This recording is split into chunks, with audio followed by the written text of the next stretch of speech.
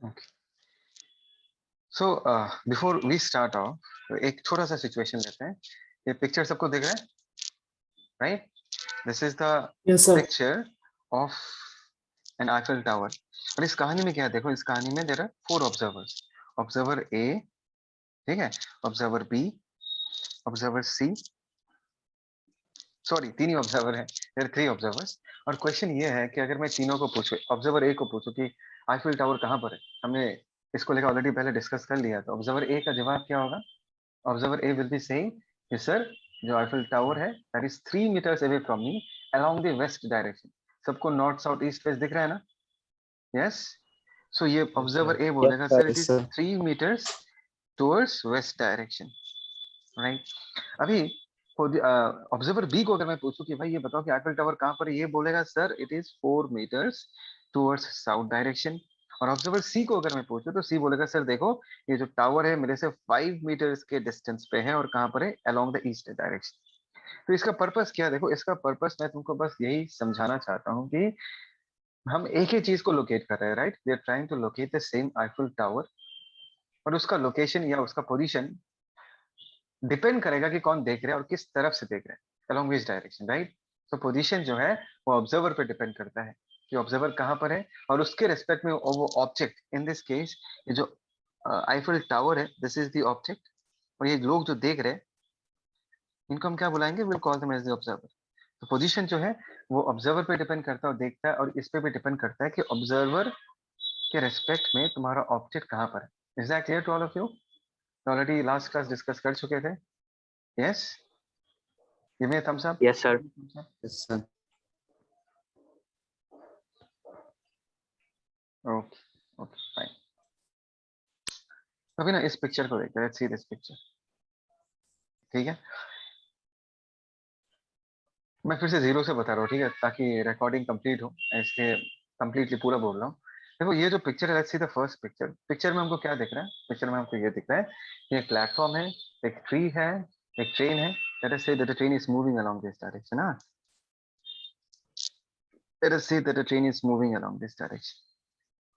ठीक है, देखो before I start discussing this event, मैं तुमको बस इतना बताना चाहूंगा कि यूनिवर्स में अगर कहीं पर भी कुछ भी इवेंट हो रहा है ना, उसको डिस्कस करने के लिए सबसे पहले वो इवेंट कहाँ पर हो रहा है वो हमको बताना पड़ता है. You people agree with this? वो इवेंट कहाँ पर हो रहा है वो सबसे पहले हमको बताना पड़ता है, राइट? तो अभी अगर मुझे किसी चीज का या किसी जगह का लोकेशन बताना, कौन, किसी चीज का या किसी जगह का अगर हमको लोकेशन बताना है, तो हमको सबसे पहले क्या चाहिए होगा? एक कोऑर्डिनेट एक्सिस चाहिए होगा. बिना कोऑर्डिनेट एक्सिस का किसी जगह का पोजीशन बताना या किसी इवेंट का लोकेशन बताना ये पॉसिबल नहीं है, राइट? तो ये जो कोऑर्डिनेट एक्सिस है, इसी को ही हम अपना फ्रेम ऑफ रेफरेंस बुलाते हैं.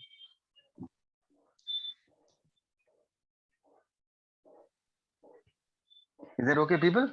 यही जो कोऑर्डिनेट एक्सिस है, इसी को हम क्या बुलाते हैं? अपना frame of reference.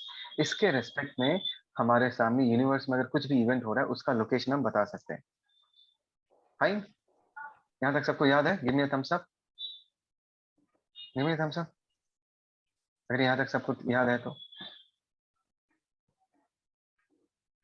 Okay, fine fine, that's great. Okay, fine. अभी try to understand this scenario. इस पिक्चर में क्या है? देखो इस पिक्चर में there is a person standing on the platform. और अगर मैं इसको पूछूं, मतलब यहाँ पर इस पिक्चर में ये जो बंदा है, इसी को हम अपना ऑब्जर्वर बनाएंगे, ठीक है? ये देख रहा है, ठीक है? तो इसका फ्रेम ऑफ रेफरेंस क्या होगा? ये बंदा जहाँ पर खड़ा हुआ है उसको वो अपना फ्रेम ऑफ रेफरेंस मानेगा. यहाँ पर वो कहाँ पर खड़ा हुआ है? This person is actually standing on the platform. तो यहाँ पर लेट अस से इसको एक्स एक्सिस मानते हैं, लेट अस से इसको वाई एक्सिस मानते हैं, एंड लेट अस से इसको हम जेड एक्सिस मानते हैं. तो ये हो गया उसका कोऑर्डिनेट एक्सिस. ऐसा देखो बनाना जरूरी नहीं है. I just want to give you people an idea कि बंदा जहाँ पर खड़ा हुआ है उसने अपने लोकेशन को ओरिजिन मान लिया, वहां पर ही अपना कोऑर्डिनेट एक्सिस मान लिया, और उसके रिस्पेक्ट में बाकी दुनिया को देख रहा है. तो इस कहानी में platform is the frame of reference. इसके रेस्पेक्ट में वो बाकी दुनिया को देख रहा है. अभी इसके रेस्पेक्ट में अगर मैं इस बंदे को पूछूं कि भाई ये बताओ कि ये ट्री जो है मूव कर रहा है या रेस्ट में है, तो ये बंदा क्या बोलेगा? सर ये जो ट्री है that is basically at rest. What about this train, train के बारे में क्या बोलेगा, तो ये बोलेगा ट्रेन जो है वो मूव कर रहा है, the train is in motion. Is that clear? It is a very obvious observation, सबको समझ में आता है, ठीक है। ट्री जो है वो रेस्ट में है, और जो ट्रेन जो है वो क्या कर रहा होगा, that is basically moving, right? Fine, okay fine. Now let's see the next situation. Next situation में क्या बदल गया, नेक्स्ट सिचुएशन में ऑब्जर्वर का फ्रेम ऑफ रेफरेंस बदल गया। हमने इस बंदे को कहां पर रखा है, the person is now standing on the moving train, right? बंदा जो है मूविंग ट्रेन पे बैठा हुआ है, खड़ा हुआ है। तो इन दिस केस हमारा फ्रेम ऑफ रेफरेंस क्या है, इन this case the moving train, ध्यान देना ये जो मूविंग ट्रेन है that is the frame of reference in this case. इसके रेस्पेक्ट में वो बाकी दुनिया को देख रहे हैं, ठीक है। अभी ट्रेन में बैठ के अगर वो ट्री को देखेगा, वो क्या बोलेगा, अगर इसको समझना है, एक बार अपनी खुद के एक्सपीरियंस को याद करो। तुम लोग बस में बैठे हुए हो, ठीक है, और मैं तुमको अगर ये पूछूं कि तुमको दिखाई क्या दे रहा है वो बताओ। Late us say that the bus is moving, right? Ground में कोई बंदा खड़ा हुआ है, वो देख रहा है कि बस और बस के अंदर तुम दोनों मूव कर रहे हो। अभी अगर मैं तुमको पूछूं, तुमको पूछने का मतलब है कि मैंने तुमको ऑब्जर्वर बना दिया, और बोला कि ये बताओ कि बाहर देखो, बाहर देख के तुमको क्या पता चल रहा है। तो जो देख रहा है, या तुम अगर देख रहे हो, तुम सबसे पहले क्या बोलोगे, तो सबसे पहले ये बोलोगे कि देखो सर, मैं और बस दोनों रेस्ट में। और खिड़की के बाहर अगर हम देखते हैं, ये जो ट्री दिख रहा है ये पीछे जा रहा है, ये जो आदमी लोग खड़े हुए हैं स्ट्रीट में ये लोग पीछे जा रहे हैं, ये घर जो है ये पीछे जा रहा है। Is that clear? तो the first thing is that जो ऑब्जर्वर है वो अपने आप को फ्रेम ऑफ रेफरेंस मानता है, वो अपने आप के साथ कोऑर्डिनेट एक्सिस फिक्स करता है। ऑब्जर्वर के हिसाब से वो रेस्ट में है, और अपने रेस्पेक्ट में वो बाकी दुनिया को देखता है।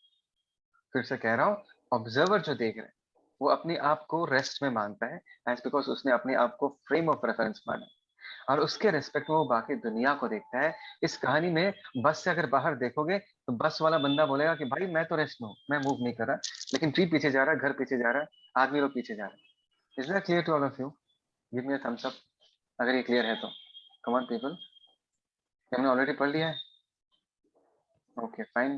बाबू, मानस, विक्रम, किसान, ऋषिकेश, उपमन्यु, समझ में आया नहीं आया? जवाब दो भाई। Yes, sir. ओके, बाकी जनता, Understood, sir. बाकी rest of the people, Janisha, Mafiz, Vandana, Ashish, Yes. Okay Yes, sir. Okay fine. Yes, sir. तो इन दिस केस अगर ये पूछा जाए, इस बंदे को पूछा जाए कि ये बताओ ये ट्री जो है ये रेस्ट में है या नहीं है, तो वो क्या बोलेगा, सर ट्री तो मूव कर रहा है।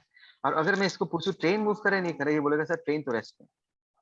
बिकॉज मैंने क्या सिखाया, बंदा जहां पर होता है, ऑब्जर्वर जहां पर बैठा रहता है, उसी को ही अपना फ्रेम ऑफ रेफरेंस मानता है, और उसके रेस्पेक्ट में वो रेस्ट में रहता है, उसके रेस्पेक्ट में वो रेस्ट में रहता है, उसका फ्रेम ऑफ रेफरेंस रेस्ट में रहता है। इन दिस केस वो ट्रेन में बैठा हुआ है, ट्रेन रेस्ट में है और बाकी दुनिया मूव कर रहा है, प्लेटफॉर्म भी पीछे जा रहा है, the platform is also moving backwards, ठीक है। अच्छा, अभी फटाफट हम ये डिस्कस कर लेते हैं कि भाई किसी भी ऑब्जर्वर को कोई चीज मूव कर रहा है या कोई चीज रेस्ट में, इसका फीलिंग कहाँ से आता है, how does he get that feeling कि कोई चीज रेस्ट में है या कोई चीज मूव कर रहा है, ठीक है। अभी देखो, सबसे पहले इस कहानी में देयर आर टू पार्टिसिपेंट्स, ये तो समझो, एक ऑब्जर्वर होता है, एक ऑब्जेक्ट होता है। ऑब्जर्वर जो देख रहा है, ऑब्जेक्ट जिसको देखा जाए। Is that clear? फिर से कह रहा हूँ, कहानी में दो पार्टिसिपेंट्स होते हैं, एक तो होता है ऑब्जर्वर जो देख रहा है, ऑब्जेक्ट जिसको देखा जा रहा है। सेकेंडली जो देखता है, जो ऑब्जर्वर है, वो जहां पर खड़ा हुआ है उसी को ही अपना फ्रेम ऑफ रेफरेंस मानता है, ठीक है। उसके हाथ में घड़ी होते हैं, और वो क्या करता है, ये बंदा क्या करता है, यहां से, लेट्स से यहां से इस ट्री का पोजीशन देखते हैं, ठीक है। R is the position of that person, sorry, R is the position of the tree. अभी उसके फ्रेम ऑफ रेफरेंस के रेस्पेक्ट में या उसके कोऑर्डिनेट एक्सिस के रेस्पेक्ट में अगर इस ट्री का पोजीशन टाइम के साथ बदल जाता है, वो घड़ी देखेगा, और घड़ी देख के ये देखेगा कि ये जो डिस्टेंस है between him and the tree, या between the frame of reference and the tree, क्या ये डिस्टेंस टाइम के साथ चेंज हो रहा है या नहीं हो रहा है, इसको चेक करेगा। अगर ये डिस्टेंस, अगर ये पोजीशन टाइम के साथ चेंज होगा, तब वो बोलेगा कि वो ऑब्जेक्ट क्या कर रहा है, मूव कर रहा है। अगर नहीं हो रहा, तब जाके वो क्या बोलेगा, that object is at rest. Is that clear? फिर से कह रहा हूँ, कोऑर्डिनेट एक्सिस होगा, कोऑर्डिनेट एक्सिस के रेस्पेक्ट में पोजीशन देखा जाएगा, या घड़ी होगा, घड़ी को देखा जाएगा as time passes. If the position changes, then we say that that object is in motion. अगर वो पोजीशन चेंज नहीं हो रहा, then we say that that object is at rest. Is that clear? This is how we get the feeling of whether something, whether an object is at rest or whether it is in motion. Come on people, समझ में आया? Yes, sir. Yes, sir. Yes, sir. Yes. Okay, fine. Okay, fine. ये देख लेते हैं, यहाँ पर ही मैंने चीज लिख के रखा है कि रेस्ट एंड मोशन का कंसेप्ट क्या है. ठीक है, एक छोटा सा पिक्चर है. अभी देखो यहाँ पर there are two frame of reference. You people can see that green frame of reference and that pink frame of reference, right? If I talk about the green frame of reference, the green frame of reference in this case is fixed with the ground. ये जो frame of reference है, ground के साथ fixed है. और ये जो frame of reference है, it is fixed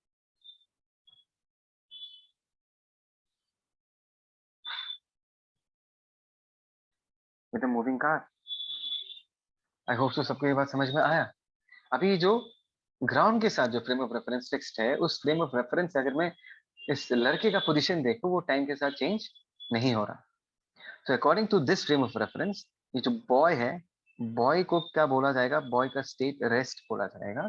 और ये जो ग्रीन कलर का फ्रेम ऑफ रेफरेंस है, इसके रेस्पेक्ट में अगर गाड़ी को देखा था, गाड़ी मूव कर रहा है, तो ग्रीन कलर के फ्रेम ऑफ रेफरेंस के रेस्पेक्ट में गाड़ी का पोजीशन जो है वो टाइम के साथ बदल जाएगा.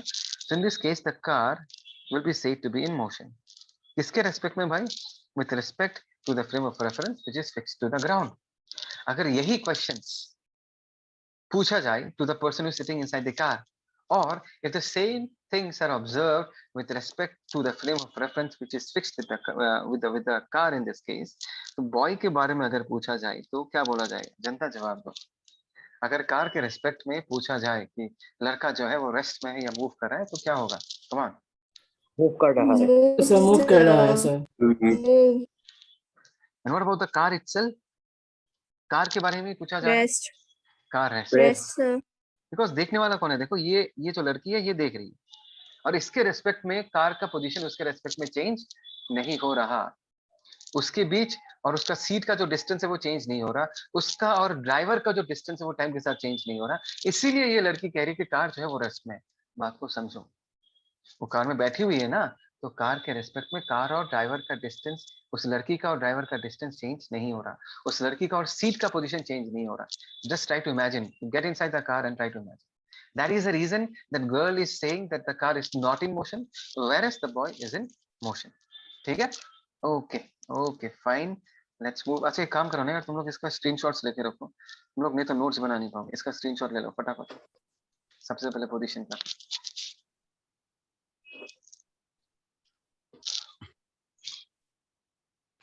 Done, sir. Okay. Next इसका.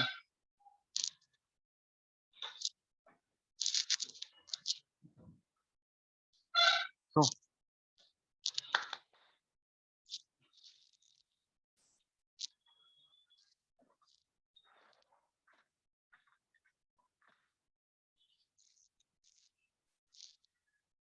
हो गया? Done? Yes, sir. This one.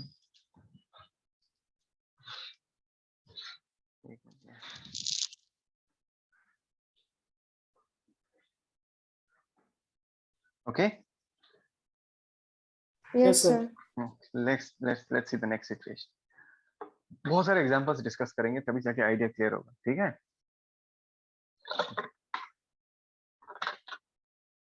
चलो, इस कहानी में ऑब्जेक्ट क्या है? इस कहानी में ये जो बुक दिख रहा है, ये हमारा ऑब्जेक्ट. ठीक है? And there are two observers.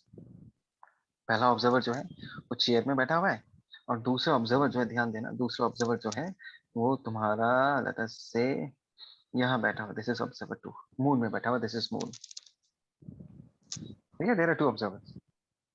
तो ये जो लड़का जो चेयर में बैठा हुआ है, इसको अगर मैं पूछूं, ये बताओ क्या ये बुक रेस्ट में है या बुक मूव कर रहा है, तो वो फटाफट क्या करेगा? वो अपने चेयर को या जमीन को अपना फ्रेम ऑफ रेफरेंस मानेगा, और उसको दिखेगा कि उसका और बुक के बीच का जो डिस्टेंस है, वो जो गैप है, वो जो पोजीशन है, वो टाइम के साथ चेंज नहीं हो रहा. तो ये बंदा क्या जवाब देगा? ये बताओ. What will this guy say? This guy is going to say that the book Rest. is at Yes. right. ये जवाब देगा. अभी अगर मैं यही question, the same question is asked to this guy, अगर इसको पूछा जाता है, ट्राई टू अंडरस्टैंड, बात को समझना, तो ये क्या जवाब देगा? ये जवाब देगा बुक जो है वो मोशन में है। ऐसा क्यों जवाब देगा? Just try to understand. ये बंदा कहाँ पर बैठा है? ये बंदा मून में बैठा है। क्या इसके रेस्पेक्ट में मून घूम रहा मून है। मूव कर रहा है? Is the moon moving with respect to him? नहीं, बिकॉज ये बड़ा सा No. गड्ढा जो दिख रहा है उसके बीच का और गड्ढे के बीच का डिस्टेंस टाइम के साथ चेंज नहीं हो रहा। ये जो तुमको यहाँ पर सैटेलाइट दिख रहा है उसका और सैटेलाइट के बीच का डिस्टेंस टाइम के साथ चेंज नहीं हो रहा। तो ऑब्जर्वर, ध्यान से सुनना जनता, it's very very important. Observer जहां बैठा रहता है या ऑब्जर्वर का फ्रेम ऑफ रेफरेंस या ऑब्जर्वर अपने आप को हमेशा कैसे मानता है। इसको अगर मैं पूछूं भाई ये बताओ तो मूव कर या रेस्ट में हो, तो ये बोलेगा आई एम एट रेस्ट, यही जवाब देगा वो। ध्यान देना, लेकिन ये यही जवाब देगा मैं रेस्ट में हूँ। और वो बोलेगा मैं रेस्ट में हूँ लेकिन देखो अर्थ, ये जो किताब कहाँ पर रखा हुआ है, किताब तो अर्थ में है। और वो बोलेगा कि सर देखो मेरे रेस्पेक्ट में अर्थ का पोजीशन बदल रहा है, क्योंकि जो मून में खड़ा हुआ है उसको दिख रहा है कि अर्थ तो मूव कर रहा है। तो अगर अर्थ मूव कर रहा है तो उसके ऊपर जो टेबल है, टेबल के ऊपर जो बुक है, ये भी क्या कर रहा होगा? ये भी मूव कर रहा होगा। Is that clear? Are you people understanding what I am trying to say? Yes, sir. Yes. Yes, sir. Yes, sir. तो मैं ये बताना चाहता हूँ, मोशन जो है, ध्यान देना, हाँ, motion it's actually a combined property of object and observer। क्या बोला मैंने? मोशन जो है, या स्टेट बोलना चाहिए, मोशन छोड़ो, मैं स्टेट ऑफ ए बॉडी बोलता हूँ, दैट्स ए बेटर लाइन। एक बॉडी का स्टेट क्या होगा, चाहे वो रेस्ट में है या मूव कर रहा है, वो जो प्रॉपर्टी है that is a combined property of object and observer. Object जिसको देखा जाए, और अगर तुम ऑब्जर्वर मेंशन नहीं करोगे, if you don't mention the observer, it's never possible to say कि वो ऑब्जेक्ट रेस्ट में या मूव कर रहा है। तो उसने जस्ट नाउ देखा कि अगर ऑब्जर्वर बदल जाता है तो उस बॉडी का जो स्टेट जो हम डिफाइन कर रहे हैं, जो बोल रहे हैं, वो भी बदल जाता है। दैट मीन्स बिना ऑब्जेक्ट एंड बिना ऑब्जर्वर का मोशन का कोई मतलब ही नहीं बनता। There is no meaning of motion without an object और एन ऑब्जर्वर। क्या कहा मैंने? There is no meaning of motion without the object and the observer. Is that clear? Is that clear? Yes, sir. Okay. चलो next situation देखते हैं। Yes, sir. ये और एक सिचुएशन है, ठीक है? तो ये जो है ये डेकॉइट है, ठीक है? ट्रेन में वो डकैती कर रहा है। तो ट्रेन में जाता है, जाके सबको बोलता है don't move, raise your hands, ऐसे करके सबको बोलता है। तो सब लोग डर जाते हैं। सब लोग डर के क्या करते थे? All raise their hands. इसने बोला क्या भाई? डेकॉइट ने बोला डोंट मूव, करेक्ट?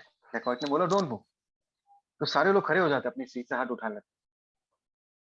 सो अगर मैं डेकॉइट को पूछूं आर दिस पीपल मूविंग, तो डेकॉइट क्या बोलेगा?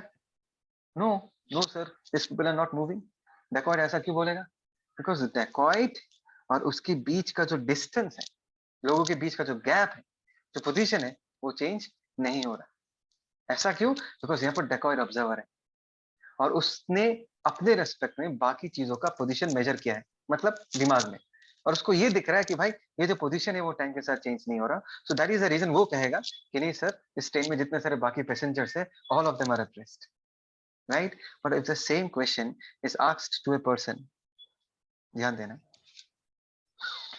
If the same question is asked to a person, मेरे से वो चिल कर रहा है, बैठ कर आराम से नीचे जमीन में, ये पत्थर के ऊपर सो के इसको देख रहा है, is watching the entire event खुशी खुशी। So this is the second observer. वो कहां पर है? The second observer now is on the ground. इसका मतलब है इस बंदे का फ्रेम ऑफ रेफरेंस क्या है? इस बंदे का frame of reference is fixed with the ground. तो अगर मैं इस ऑब्जर्वर को पूछूं भाई ये बताओ, डेकॉइट ने तो चिल्लाया था डोंट मूव, तो क्या ये पैसेंजर्स डेकॉइट का बात सुन रहे हैं? Are this people at rest? तो ये बंदा क्या बोलेगा? जवाब दो यार। इस बंदे के रेस्पेक्ट में, इस बंदे के रेस्पेक्ट में are the passengers at rest? No, sir. No, sir. No, they are not at rest. We are talking about the same group of passengers और उनका स्टेट बदल गया। मतलब यहाँ पर पैसेंजर्स जो है, group of passengers, they are the object. और इसको देख कौन रहा है? एक डेकॉइट है, दिस इज ऑब्जर्वर 1। दूसरा के ये जो बंदा जो कि चिल कर रहा है, that is observer 2। That is the reason मैं कह रहा हूँ कि बिना ऑब्जर्वर का मोशन डिफाइन करना पॉसिबल नहीं है। मोशन को डिफाइन करना तो डेफिनेटली ऑब्जेक्ट तो चाहिए जिसको तुम देख रहे हो, and at the same time तुमको ऑब्जर्वर भी बताना पड़ेगा, तब जाके तुम मोशन डिफाइन कर पाओगे। बोलो यहाँ तक समझ में आया? Is this clear? पक्का? Yes, sir. Yes, sir. Yes, sir. तो Yes, sir. कभी कभी तुमको क्वेश्चंस में दिखेगा ऐसा लिखा रहेगा कि एक कार, फॉर एग्जांपल ऐसा लिखा है, कार जो है that is travelling at a speed of जैसे 50 किलोमीटर पर आवर, ऐसे क्वेश्चन में लिखा हुआ है, ऐसे लिख के छोड़ दिया, a car is travelling at a speed of 50 kilometre per hour. और कोई स्टूडेंट जिसने अभी अभी ये सब चीजें सीखा है ना, उसके दिमाग में ये आएगा कि सर यहाँ पर तो ये तो नहीं बोला कि 50 किलोमीटर पर आवर किसके रेस्पेक्ट में, कौन ऑब्जर्वर ये बोल रहा है कि ये गाड़ी 50 किलोमीटर पर आवर से ट्रैवल कर रहा है। तुमको मेरा क्वेश्चन समझ में आया? मैंने क्या कहा? मैंने कहा यहाँ पर गाड़ी का जो स्पीड 50 किलोमीटर पर आवर लिखा गया है, यहाँ पर इस लैंग्वेज में, इस लाइन में मेंशन नहीं है कि किस ऑब्जर्वर के रेस्पेक्ट में ये speed 50 kilometre per hour. Try to understand. मेरा क्वेश्चन सबको समझ में आया? Did you understand my question? Yes, sir. Okay. Yes. Yes, sir. तो Yes, ऐसे sir. केसेस में अगर ऑब्जर्वर मेंशन्ड नहीं है, then you have to understand कि ये जो स्पीड लिखा गया है that is with respect to ground। अगर कुछ मेंशन नहीं है तो हम क्या मानेंगे, ये जो डाटा दिया हुआ है, this data is measured with respect to ground, मतलब ग्राउंड को फ्रेम ऑफ रेफरेंस माना गया है, उसके रेस्पेक्ट में ये स्टेटमेंट दिया गया है। तुमको ऐसा क्वेश्चंस मिलेगा, ठीक है? अभी 10 मिनट में ये बंद हो जाएगा तो मैं तुमको नया लिंक दे दूंगा, ठीक है? मेरे पास ये एक नोटिफिकेशन आया है, ठीक है? यहाँ तक सबको क्लियर है? Is this clear? जनता समझ में आया? Yes, sir. Yes, sir. Yes, sir. Fine. Yes, sir. अगर ऐसा कुछ Yes, sir. मेंशन नहीं है so that is a thing that you have to understand कि हमने किसके रेस्पेक्ट में देखा, हमने जमीन के रेस्पेक्ट में देखा है। रिक्शा रुका हुआ है, मैंने ऐसा बोल दिया रिक्शा रुका हुआ है, तो तुमको क्या समझ में आएगा? ओके, ग्राउंड के रेस्पेक्ट में रुका हुआ है।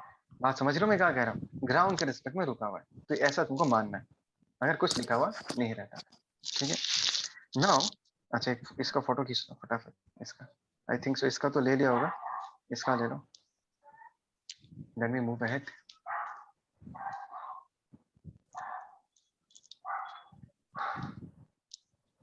नेक्स्ट इसका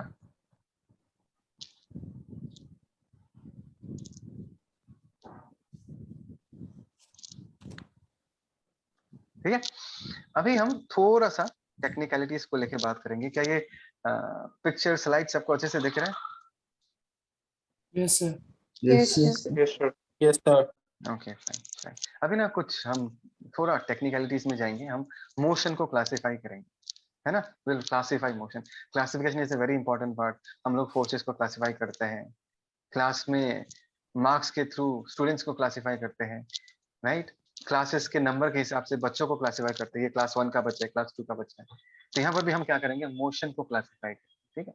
मोशन को कैसे क्लासिफाई करेंगे, उसमें से एक चीज याद दिला देता हूँ कि कभी भी मोशन डिस्क्राइब करना है तो एक फ्रेम ऑफ रेफरेंस चाहिए। फ्रेम ऑफ रेफरेंस का मतलब क्या है? जस्ट ए कोऑर्डिनेट एक्सिस, है ना? तो if you choose a coordinate axis, late us से कि एक कोऑर्डिनेट एक्सिस चूज करते हैं, उसका एक एक्स एक्सिस होता है ना? उसका एक वाई एक्सिस होता है, जनता जवाब दो। उसका एक जेड एक्सिस होता है। All of you know this? Yes. Yes, sir. और अगर मुझे Yes. किसी पार्टिकल का लोकेशन बताना, किसी ऑब्जेक्ट का कहाँ पर है वो बताना, इस इंफॉर्मेशन को प्रोवाइड करने के लिए हम ये कोऑर्डिनेट्स प्रोवाइड कर सकते हैं, x comma y comma z. अगर ये कोऑर्डिनेट्स मैं तुमको बता दूं तो तुम निकाल पाओगे कि वो पर्टिकुलर ऑब्जेक्ट कहाँ पर। Do people agree with me? Yes, sir. Yes, sir. Okay fine. So यहाँ पर हमने सबसे पहले वन डायमेंशनल मोशन डिस्कस किया। ध्यान से देखो, एक मिनट। यस, सबसे पहले हमने वन डायमेंशनल मोशन को डिफाइन किया। What is a one dimensional motion? Any motion which is happening in a straight line. Very very simple. कोई भी मोशन जो कि सीधा सीधा हो रहा है, स्ट्रेट लाइन में मूव कर रहा है, उसको हम वन डायमेंशनल मोशन बोलेंगे। देखो, motion of a body in a straight line is called as one dimensional motion. इसको अगर और टेक्निकली बोलना है तो जस्ट ट्राई टू अंडरस्टैंड। देखो यहाँ पर ये जो गाड़ी है, ये जो गाड़ी है, दिख रहा है ये गाड़ी सबको? ये गाड़ी रास्ते पे Yes, सीधा sir. सीधा चल रहा है। Yes, sir. This car Yes, sir. Actually moving in a straight line.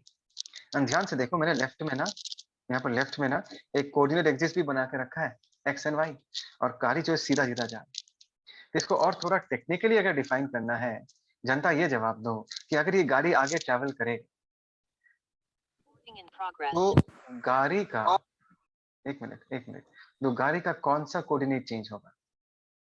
x y z in X. तीनों में से कौन सा चेंज होगा? X. X. Exactly X. X.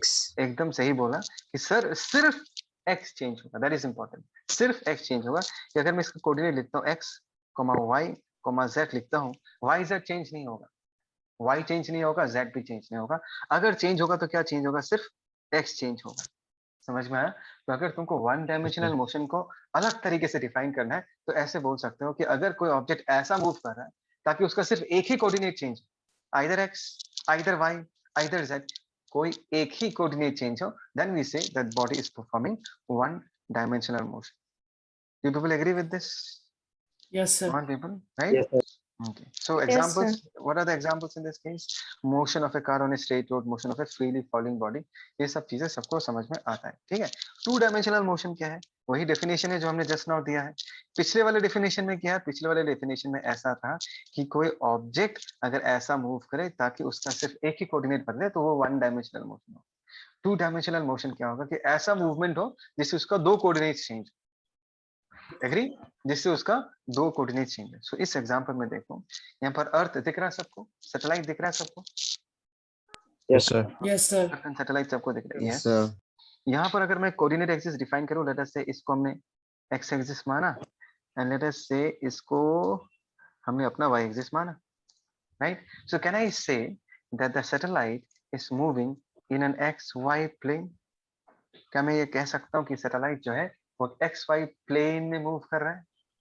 Plane Yes. Plane plane plane समझ में आता है? यहाँ पर एक्स वाई प्लेन कौन सा प्लेन है? एक्स वाई प्लेन हो Yes, गया sir. तुम्हारा स्क्रीन वाला प्लेन, तुम्हारा जो स्क्रीन है ना, स्क्रीन जिसमें तुम देख रहे हो, वो हो गया तुम्हारा plane, x y plane. Agree people? Yes, sir. Yes. Yes, sir. Yes, sir. Satellite का अगर Yes, sir. कोऑर्डिनेट बताना है, Yes, सैटेलाइट का sir. कोऑर्डिनेट में एक्स कॉमा वाई बोल सकता हूँ। और जब ये सैटेलाइट मूव करेगा ना, इसका एक्स का वैल्यू भी चेंज करेगा और इसका वाई का वैल्यू भी क्या होगा? चेंज होगा। Change. ऐसे मोशन को हम क्या कहेंगे? ऐसे मोशन को हम टू डायमेंशनल मोशन बोलेंगे। Is that clear? Is that clear? Yes, sir. Okay. And lastly, Yes, Yes, sir. sir. very simple. Lastly, we are talking about the three-dimensional motion. What is the three-dimensional motion? Just imagine कि एक चिड़िया उड़ रहा है। कौन उड़ रहा है? चिड़िया उड़ रहा है। और चिड़िया जब उड़ता है ना, वो तो रैंडमली उड़ता है। इधर उधर इधर उधर, ऊपर भी जाता है, नीचे भी जाता है, राइट भी जाता है, लेफ्ट भी जाता है। तो अगर एक चिड़िया के मोशन को तुम लोकेट करना चाहो, उसके कोऑर्डिनेट को अगर लोकेट करना चाहो, उसको कोऑर्डिनेट्स बताना चाहो, एक्स बताना पड़ेगा, वाई भी बताना पड़ेगा, जेड भी बताना पड़ेगा, बिकॉज वो हवा में उड़ रहा है। और उसके लोकेशन को बताने के लिए तुमको x का भी हेल्प चाहिए, y का भी हेल्प चाहिए, z का भी हेल्प चाहिए, and you have to understand when the motion happens, x वाला कोऑर्डिनेट भी चेंज होगा, y वाला कोऑर्डिनेट भी चेंज होगा एंड z वाला कोऑर्डिनेट भी चेंज होगा। So in this case, as because all the three coordinates are changing, we shall call this motion as three-dimensional motion. Do you people agree with this? Yes, sir. Yes, Sir. sir. हाँ, पतंग उड़ रहा है, पतंग, उड़ता हुआ पतंग Yes, तो sir. सबने देखा होगा, उड़ता हुआ पतंग, Yes. वो भी थ्री डायमेंशनल मोशन होगा, चारों तरफ जा रहा है, कंटिन्यूअसली उसका एक्स वाई जेड सब बदलेगा, करेक्ट? Yes, sir. ओके, चलो Yes, sir. Yes, sir. इसके एक स्नैपशॉट ले लो। This are the three types of motion.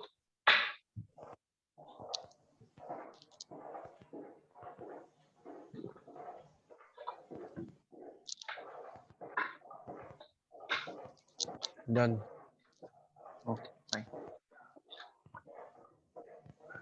जनता, एक बात समझना, हम जो चैप्टर स्टडी कर रहे हैं ना, मैंने अब तक इसका नाम नहीं बताया, इसका नाम है काइनेमैटिक्स। क्या नाम बोला मैंने? काइनेमैटिक्स। सुन रहे हो ना तुम लोग? Kinematics. तो काइनेमैटिक्स जो है, that is actually the study of motion of real world objects. ठीक है? दुनिया में तुमको जितने सारे ऑब्जेक्ट्स दिख रहे हैं ना, वो लोग मूव करते हैं, उनके मोशन को हम इस ब्रांच ऑफ फिजिक्स में स्टडी करते हैं, जिसको हम क्या बुलाते हैं? We call it as kinematics. ठीक है? और क्लास 11 में we are going to study motion in 1D and motion in 2D. Kinematics is a broader picture मतलब ब्रॉडर ब्रांच है जिसमें पूरा का पूरा मोशन स्टडी किया जाता है। काइनेमेटिक्स का एक पार्ट क्या है, मोशन इन 1D। काइनेमेटिक्स का दूसरा पार्ट क्या है, मोशन इन 2D। तीसरा पार्ट क्या है, मोशन इन 3D। तीनों को मिला के हम काइनेमेटिक्स बुलाते हैं। ठीक है, kinematics is a broader word. और हम क्लास 11 में क्या स्टडी करेंगे, 1D। उसके बाद हम क्या स्टडी करेंगे, 2D स्टडी करेंगे। So now we are going to study the motion of objects in 1 dimension. मतलब अभी हम सिर्फ सीधा सीधा चलते हुए ऑब्जेक्ट्स के बारे में डिस्कस करने वाले हैं। ठीक है, तो before we start studying this, हमको ना सबसे पहले काइनेमेटिक्स के लैंग्वेज को समझना पड़ेगा। Getting the point. अगर तुम लोग गेम्स खेलते हो तो गेम्स का खुद का लैंग्वेज होता है, अलग अलग टर्मिनोलॉजी होता ही नहीं होता। कमान Yes, पीपल, sir. अलग अलग Yes, sir. टर्मिनोलॉजी, अलग अलग वर्ड्स होता है। तो तुमको अगर गेम खेलना है, तुमको सबसे पहले वो टर्म समझना पड़ेगा, तब जाके तुम प्रॉपर्ली गेम खेल पाओगे, है ना? Is that clear? तो सिमिलरली Yes, sir. अगर मुझे इस सब्जेक्ट को पढ़ना है, इस टॉपिक को पढ़ना है, तो सबसे पहले इसके अंदर जो टर्म्स आते हैं उनको अच्छे से समझना पड़ेगा। बहुत सारे टर्म्स आते हैं, स्केलर्स आता है, वेक्टर्स आता है, डिस्टेंस आता है, डिस्प्लेसमेंट आता है, स्पीड आता है, वेलोसिटी आता है, एक्सीलरेशन आता है। सबने सुना है ये सब चीजें, बिकॉज ये नया नहीं है। You've already studied these things in class 9. Am I correct? Yes, sir. Yeah, Yes, sir. Yes, sir. exactly. So we shall start this. मैं अभी ये बंद करने वाला हूँ, तुमको नया लिंक देने वाला हूँ। तो नेक्स्ट वाले सेक्शन से ये वाला डिस्कशन चालू करते हैं।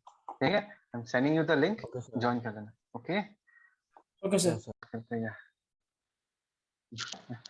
So we are going to study about the language of kinematics now. और उसमें सबसे पहला बारी आता है स्केलर्स एंड वेक्टर्स का। And as far as I believe, you people have heard about scalars and vectors. Yes. Yes, sir. Yes, sir. Yes. Yes, sir. Yes, sir. Okay. जिज्ञासा तो बाजार करने जाती है? जिज्ञासा बाजार जाती है? सर बाजार बाजार सब्जी बाजार, चीज का बाजार है सो सब्जी बाजार जाती नहीं है? शॉपिंग का सर बात नहीं कर रहा मैं। नहीं। उपमन्यु आलू खरीदता है? No sir Yes, sir. कितने का है केजी, कितने का है अभी आलू? Sir, I guess 35. ये दिमाग खराब है क्या? तो कौन से कहाँ से खरीद रहा है आलू? 20 या 25 में मिलता है अभी। Oh, sir. बहुत दिन हो गया नहीं बारह- खरीदा इसलिए। सब बड़ा है सर। 12 नहीं है यार। तू कहाँ, कौन से तू कहाँ से बात कर रहा है? अभी जो बोलने बोला था बोल नहीं रहा, अभी बात मत कर, अभी चुपचाप बैठ। ठीक है, तो कहानी ये है कि लेटर से उपमन्यु बाजार जाता है आलू खरीदने। क्या खरीदने? आलू खरीदने।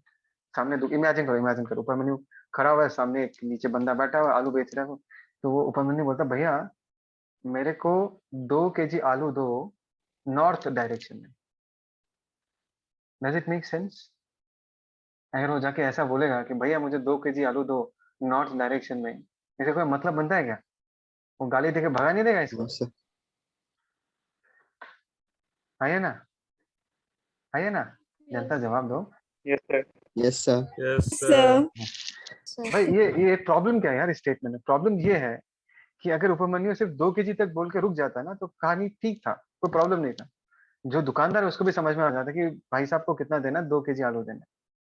यहाँ पर उपमन्यु ने कौन से फिजिकल क्वांटिटी के बारे में बोला? मास के बारे में बोला। You people agree with this? किसके बारे में बोला? इसने मास के बारे में बोला, राइट? मास और मास को समझाने के लिए सिर्फ 2 केजी बोलना काफी। यहाँ पर 2 केजी है, जो 2 जो है 2 को हम मैग्नीट्यूड बोलते हैं। केजी तो यूनिट है, 2 केजी जो है सिर्फ ये मैग्नीट्यूड अगर तुम बता दोगे तो मास का इंफॉर्मेशन कंप्लीट हो जाता है। दैट मीन्स मास को एक्सप्रेस करने के लिए, मास को समझाने के लिए हमको सिर्फ मैग्नीट्यूड बताना पड़ता है, डायरेक्शन बताना नहीं पड़ता। Try to understand, try to understand. इस पर्टिकुलर फिजिकल क्वांटिटी को एक्सप्रेस करने के लिए सिर्फ मैग्नीट्यूड चाहिए, डायरेक्शन नहीं चाहिए, राइट? बट सोचो उपमन्यु के घर में पार्टी है, आलू इसने इसलिए खरीदा था उसने, घर में खाना पकाएगा, सबको बुलाएगा, तो उसके घर में पार्टी है। तो वो मेरे को बुला रहा है, इमेजिन करो मेरे को बुला रहा है कि सर आज शाम को मेरे घर आना, 5 बजे पार्टी है, मस्त। बोलो ठीक है, बढ़िया है, बहुत दिनों से अच्छा कुछ नहीं खाया, कुछ अच्छा बनाना तो आऊंगा मैं। ठीक है, तो मैंने उसको पूछा, यार उपमन्यु मैं तो तेरा घर कभी गया नहीं है, तो कैसे आऊं तेरे घर तक, कितना दूर है? तो उपमन्यु बोलता है मेरे को कि सर आपके घर से 5 किलोमीटर दूर है, आपके घर से मेरा घर 5 किलोमीटर दूर है, आप आना शाम। अभी जनता जवाब दो, अगर मुझे वो ये इन्फॉर्मेशन देता है कि 5 किलोमीटर दूर है, will I be able to reach his house? No, sir. No. निशान ने No, बोला sir. नो, बाकी जनता हाँ या ना? No, sir. नहीं No, पहुंच sir. पाऊंगा। Can No, anyone tell me sir. क्यों नहीं पहुंच पाऊंगा? उसने तो मैग्नीट्यूड बता दिया मेरे को, 5 किलोमीटर बता दिया। उसने तो मैग्नीट्यूड बता दिया ना मेरे को। Direction. Direction. Direction, sir. Sir direction नहीं बताया सर उसने। एग्जैक्टली एग्जैक्टली, तो यहाँ पर पोजीशन मैंने मांगा था और पोजीशन के लिए मैग्नीट्यूड तो उपमन्यु ने बता दिया था 5 किलोमीटर, पर पोजीशन अगर मुझे समझाना है तो मैग्नीट्यूड काफी नहीं है। इस पर्टिकुलर फिजिकल क्वांटिटी को समझाने के लिए मैग्नीट्यूड के साथ साथ क्या चाहिए? डायरेक्शन भी चाहिए। जनता बोलो, समझ में आया दोनों क्वांटिटीज में डिफरेंस? इस दुनिया में Yes, ऐसे sir. कुछ फिजिकल क्वांटिटीज है जिनको समझाने के लिए सिर्फ मैग्नीट्यूड काफी है, और बाकी जो फिजिकल क्वांटिटीज है उनको एक्सप्रेस करने के लिए हमको magnitude as well as direction चाहिए। मास या ऐसे फिजिकल क्वांटिटीज जिनको समझाने के लिए सिर्फ मैग्नीट्यूड चाहिए उनको हम स्केलर्स बुलाते हैं, एंड ऐसे फिजिकल क्वांटिटीज जिनको समझाने के लिए magnitude as well as direction दोनों चाहिए उसको हम क्या बुलाते हैं? Vector. We call it as vectors. Have you heard these terms before? जनता जवाब दो। Yes, scalars sir. Vectors Yes, sir. आई Yes, होप sir. सो तुमको भी समझ में भी Yes, आ sir. गया होगा कि स्केलर्स एंड वेक्टर्स का मतलब क्या है। ठीक है, तो अब तक तुमने जितना सारा डील किया है ना, you have dealt with scalars only. 5 kg plus 2 kg कितना होता है? 7 kg होता है, दैट इज स्केलर एडिशन। लेकिन वेक्टर्स की दुनिया में 4 + 3 तुम्हारा 5 भी हो सकता है। Wow. यस यस, अभी मैं दिखा नहीं पाऊंगा क्योंकि तुम्हारा कोर्स थोड़ा अलग तरीके से इस बार डिजाइन किया गया है, बट आगे जाके जब हम वेक्टर्स के ऊपर अलग सा चैप्टर हम डिस्कस करेंगे, वहां पर मैं दिखाऊंगा कि अगर हम 4 को 3 के साथ ऐड कर रहे हैं तो हमको 5 मिल रहा है। बहुत इंटरेस्टिंग सा कैलकुलेशन है, बट अभी के लिए बस तुमको ये बताना चाहता हूँ कि स्केलर्स की दुनिया में जो एडिशन, सब्सट्रैक्शन, मल्टीप्लिकेशन, डिवीजन का रूल है जो तुमको ऑलरेडी आता है, वो सिर्फ स्केलर्स की दुनिया में वैलिड है। वेक्टर्स का दुनिया कंप्लीटली अलग है। वेक्टर्स का दुनिया कंप्लीटली अलग है। यहाँ पर 10 + 10 0 भी आ सकता है। यहाँ पर 10 + 10 करने से 0 भी आता है। ये एग्जांपल तुमको समझ में आ जाए। सोचो निशान को उपमन्यु एक तरह से खींच रहा है 10 न्यूटन से, और श्वेत दूसरी डायरेक्शन में खींच रहा है। दोनों को निशान बहुत पसंद है, तो दोनों निशान को खींच रहे अपनी तरफ। उपमन्यु ने खींचा 10 न्यूटन से और श्वेत ने भी खींचा 10 न्यूटन से, एग्जैक्टली इन ऑपोजिट डायरेक्शन। ये दिख रहा है ना, ये बीच वाला, ये हो गया निशान। ठीक है, दिस इज निशान। इसको इस तरफ खींचा जा रहा है with the force of 10 Newton, और इस तरफ खींचा जा रहा है with a force of 10 Newton. What is the net force on Upamanyu? Sorry, Nissan. गलती हो गया था 0. कैरेक्टर में। What Sir, is? 0. It is 0. 0. 0. It is 0, exactly. मतलब हमने 10 को जोड़ा तो मिला 0। तो छोटा सा एग्जांपल है, तो वेक्टर्स का दुनिया अलग है भाई। यहाँ पर 10 न्यूटन जो वो फोर्स है, फोर्स एक वेक्टर क्वांटिटी है। अगर तुम बोलोगे सर मैंने 5 न्यूटन का धक्का दिया है, मैं बोलूंगा किस तरफ भाई? नेक्स्ट तो यही पूछूंगा किस तरफ। तो फोर्स को समझाने के लिए तुमको magnitude as well as direction दोनों चाहिए। This belongs to the category of vectors. Force vector quantity है, डिस्प्लेसमेंट वेक्टर क्वांटिटी है, पोजीशन वेक्टर क्वांटिटी है, एक्सीलरेशन वेक्टर क्वांटिटी है। आई होप सो तुम लोगों ने ये सब सुना है। Momentum is vector quantity. Scalar quantities क्या है? मास हो गया, स्पीड हो गया, डिस्टेंस हो गया, टाइम हो गया, एरिया हो गया, वॉल्यूम हो गया, डेंसिटी हो गया, टेम्परेचर हो गया। आज का टेम्परेचर कितना है? कि तुमको डायरेक्शन बताना पड़ेगा मेरे को समझाने के लिए। Sir 25 degree No, Celsius sir. है towards north east. It does not make sense. समझ रहे हो ना मैं क्या कह रहा हूँ? तो ये जो सारे क्वांटिटीज है इनको हम क्या बुलाते हैं? We call them as scalar quantity. अभी जो हम आगे पढ़ने वाले हैं, we are going to talk about one dimensional motion. तो वन डायमेंशनल मोशन में हमको वेलोसिटी के साथ डील करना पड़ेगा, एक्सीलरेशन के साथ डील करना पड़ेगा, डिस्प्लेसमेंट के साथ, पोजीशन के साथ। This are all vector quantities. ठीक है, तो मैं तुमको छोटा सा आइडिया दे देता हूँ कि एक वेक्टर को हम रिप्रेजेंट कैसे करते हैं। ठीक है, जैसे कि अगर मुझे एक डिस्प्लेसमेंट रिप्रेजेंट करना है, डिस्प्लेसमेंट एक वेक्टर, चलो एक फोर्स रिप्रेजेंट करना है, फोर्स 5 न्यूटन फोर्स। तो 5 न्यूटन अगर मैंने ऐसा लिख दिया, यहाँ पर सिर्फ मैंने मैग्नीट्यूड रिप्रेजेंट किया। If I have to give the information कि फोर्स एक वेक्टर क्वांटिटी है, तो फोर्स के सर के ऊपर एक टोपी देना पड़ता है। वो टोपी दिखने में ऐसा होता है, एक एरो साइन देना पड़ता है। This is the symbol of vector. ये टोपी जिसके सर पे दिखेगा तुमको समझ में आ जाएगा, अरे ये तो वेक्टर क्वांटिटी है। समझ में आया? तो ये टोपी बना दोगे, सिंबल दिखेगा, तुमको ये पता चल गया कि भाई ये वेक्टर क्वांटिटी है। तुमको बोलना है सर डिस्प्लेसमेंट 10 मीटर है, तो S vector 10 meters. Sir velocity 50 metre per second, ऐसे v वेक्टर लिखे 50 मीटर पर सेकंड लिख दो तो जनता को समझ में आ जाएगा कि 50 मीटर पर सेकंड एक वेक्टर क्वांटिटी है। सिर्फ 50 मीटर पर सेकंड बोलने से नहीं होगा, तुमको डायरेक्शन भी देना पड़ेगा। लेट अस से अलोंग नॉर्थ ऐसा बोलना पड़ेगा। डिस्प्लेसमेंट लेट अस से अलोंग साउथ। समझ रहे हो ना मैं क्या कह रहा हूँ? तुमको डायरेक्शन भी बताना पड़ेगा। This are all vector quantities. ये एरो जो है वेक्टर का सिंबल है, ठीक है। अभी सेकेंडली, अगर तुम्हारे पास कोई गाड़ी है जो कि इस तरफ ट्रेवल कर रहा है with a velocity of late us से 50 मीटर पर सेकंड, और इस तरफ एक बस है, बस,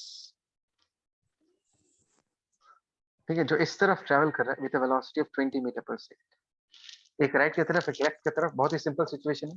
this is a one dimensional motion because the motion is happening in a straight line. तो यहाँ पर हम क्या करेंगे, डायरेक्शन रिप्रेजेंट करने के लिए हम नॉर्थ साउथ ईस्ट वेस्ट तो यूज करते हैं, और एक तरीका क्या है, हम प्लस माइनस भी यूज कर सकते हैं। तो हम क्या मानेंगे, ये जो 50 मीटर पर सेकेंड है, this is actually pointing towards plus x axis. तो यहाँ पर अगर मैं कार का वेलोसिटी लिखना चाहूँ, कार का वेलोसिटी, इसको मैं प्लस 50 मीटर पर सेकेंड भी लिख सकता हूँ। अगर मैंने प्लस प्लस नहीं लिखने से भी चलता है। अगर मैंने 50 मीटर पर सेकेंड लिखा, सबको पता है कि इसका आगे प्लस है, तो जनता को ये समझ में आ जाएगा कि भाई ये कार जो है पॉजिटिव एक्स एक्सिस की तरफ ट्रेवल कर रहा है।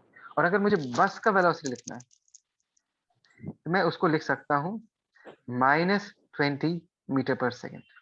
माइनस का मतलब क्या है, तुमको ये समझ में आ जाएगा कि बस जो है वो किस तरह ट्रैवल कर रहा है। बस is travelling towards negative x axis. तो मैं तुमको यहाँ पर प्लस एंड माइनस के यूज को समझाना चाहता हूँ, प्लस एंड माइनस, ठीक है। जैसे कि मैंने राइट लेफ्ट का कहानी बताया, सिमिलरली ऊपर और नीचे में भी हम ऐसा ही साइन कन्वेंशन यूज कर सकते हैं।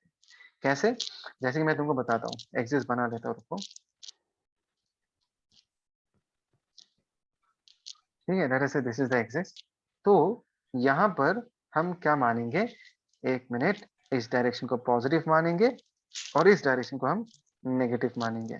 इस डायरेक्शन को हम पॉजिटिव मानेंगे और इस डायरेक्शन को हम क्या मानेंगे, नेगेटिव मानेंगे।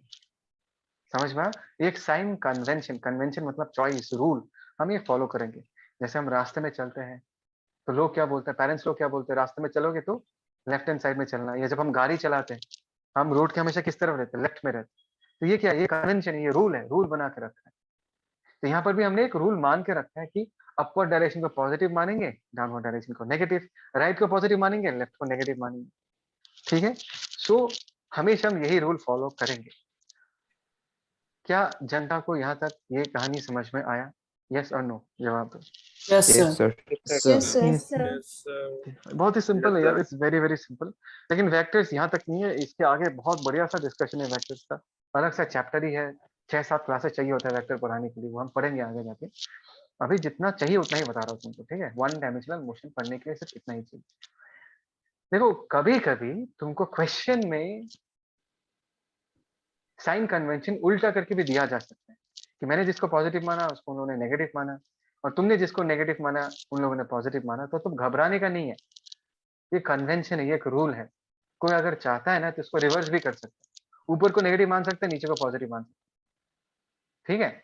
लेकिन बेहतर ये है कि हम एक ही कन्वेंशन को फॉलो करें, ताकि आगे जाके कभी अनइंटेंशनली मिस्टेक ना हो। लेकिन क्वेश्चन में अगर साइन कन्वेंशन बदल के दे दिया तो डरो मत, जैसा साइन कन्वेंशन दिया है उसी के हिसाब से अपना आगे का कहानी लिखना है। Is that clear? जनता जवाब दो। yes, sir. Yes, sir. Yes, sir. Yes, sir. बढ़िया है। अच्छा, कुछ किसका स्नैपशॉट लेना, इसका स्नैपशॉट ले लो, एक मिनट।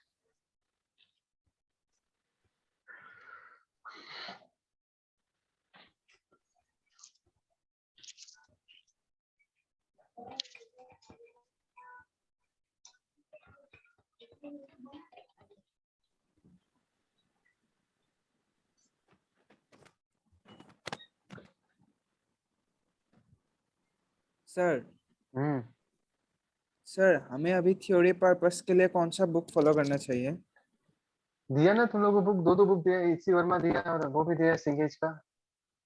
सर दो काफी वो एनसीईआरटी वाला वो काफी नहीं रहेगा यार। अभी एनसीईआरटी काफी है अगर तू बोर्ड्स के लिए प्रिपेयर कर रहा है, ठीक है ना। हाँ बट सर। ये तो हम इंटीग्रेटेड पढ़ाते हैं system, we prepare you both for boards and entrances. NCERT तो Yes. डेफिनेटली पढ़ना है यार, उसको नहीं पढ़ के नहीं रह पाओगे, you have to study that. ठीक है, बट एनसीईआरटी में बहुत सारी चीजें बताया नहीं है, एक्स्ट्रा चीजें नहीं है, या एक ही चीज को बोला है लेकिन बहुत कम बोला गया है। लेकिन जो बुक्स मैंने दिया है इसी वर्मा या सिंगेज, आई स्टिल प्रेफर कि तुम लोग सिंगेज पढ़ो, because Cengage is much more align towards JEE and NEET. हाँ, तो वहाँ पर एंट्रेंस के हिसाब से भी क्वेश्चंस दिया हुआ है, और जो तुम्हारे एनसीईआरटी में वो सब भी दिया हुआ है। तो इतना सारा बुक्स एक साथ पढ़ना पॉसिबल नहीं है। आई होप सो तुम लोगों को अब तक तो Yes, sir. रियलाइज हो गया होगा। तो you have to take one book और उस बुक Yes, को sir. प्रॉपर्ली पढ़ना, मल्टीपल बुक्स मत पढ़ना, कंफ्यूज हो जाओगे। ठीक है, मल्टीपल बुक्स मत पढ़ना। Yes, sir. ये सिंगेज का जो दिया है, सिंगेज का मिला है ना सबको पीडीएफ? Yes, sir. Yes, वो sir.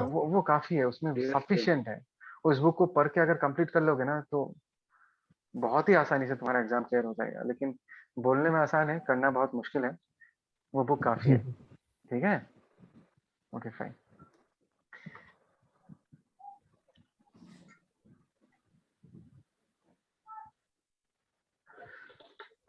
एक मिनट, हाँ।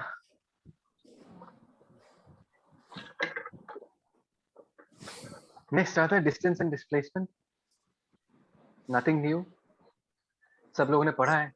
डिस्टेंस एंड डिस्प्लेसमेंट बहुत लोग अननोइंगली या अनइंटेंशनली गलत तरीके से यूज कर लेते हैं, बिकॉज दोनों का नाम सुनने में एक ही जैसा है, डिस्टेंस डिस्प्लेसमेंट, लेकिन दोनों के मीनिंग में बहुत बड़ा डिफरेंस है। There is a huge difference between them. So when you talk about distance जनता, डिस्टेंस तुमको एक्चुअली ये बताता है कि कितना ग्राउंड कवर किया है तुमने। It tells you how much ground an object has covered. ध्यान से सुनना, फिर से रिपीट कर रहा हूँ, ये तुमको ये बताता है how much ground an object has covered. Whereas displacement तुमको ये बताता है कि तुम्हारे ओरिजिनल लोकेशन से, तुम जहां पर थे या वो ऑब्जेक्ट इनिशियली जहां पर था, वहां से कितना दूर है वो ऑब्जेक्ट अभी। ऑब्जेक्ट का पोजीशन कितना बदला है वो बताता है तुमको डिस्प्लेसमेंट। ऑब्जेक्ट अपने ओरिजिनल लोकेशन से कितना दूर है वो तुमको बताता है डिस्प्लेसमेंट। ठीक है, एक छोटा सा पिक्चर दिख रहा है, बहुत प्यारा सा पिक्चर है।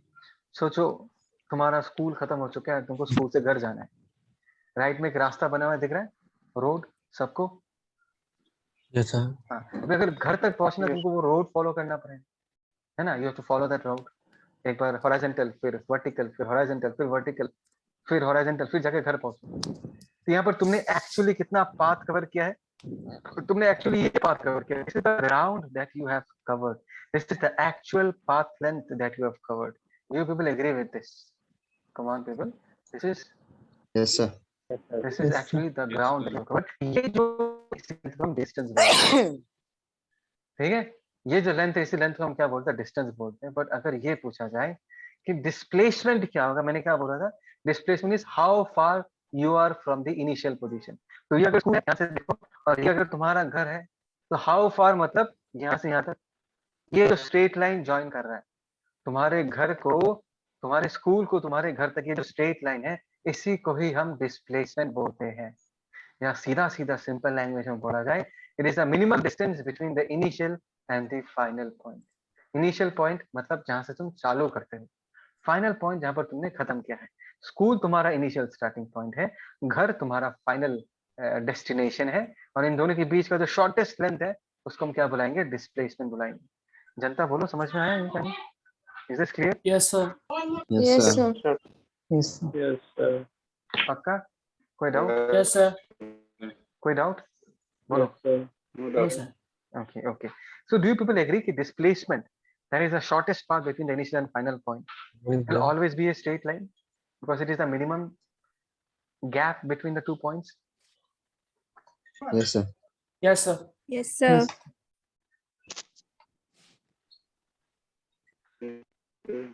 देखो देखो, तो यहाँ पर जो डिस्टेंस है, देखो डिस्टेंस, रास्ता दिख रहा है। अगर मैं तुमको पूछूं डिस्टेंस का डायरेक्शन क्या है, तुम लोग जवाब नहीं दे पाओ, क्योंकि कभी वो हॉरिजॉन्टल ट्रेवल कर रहा है, कभी वर्टिकल, कभी हॉरिजॉन्टल, कभी वर्टिकल। तो डिस्टेंस का ना कोई यूनिक डायरेक्शन नहीं है। तो डिस्टेंस जो है that is a scalar quantity.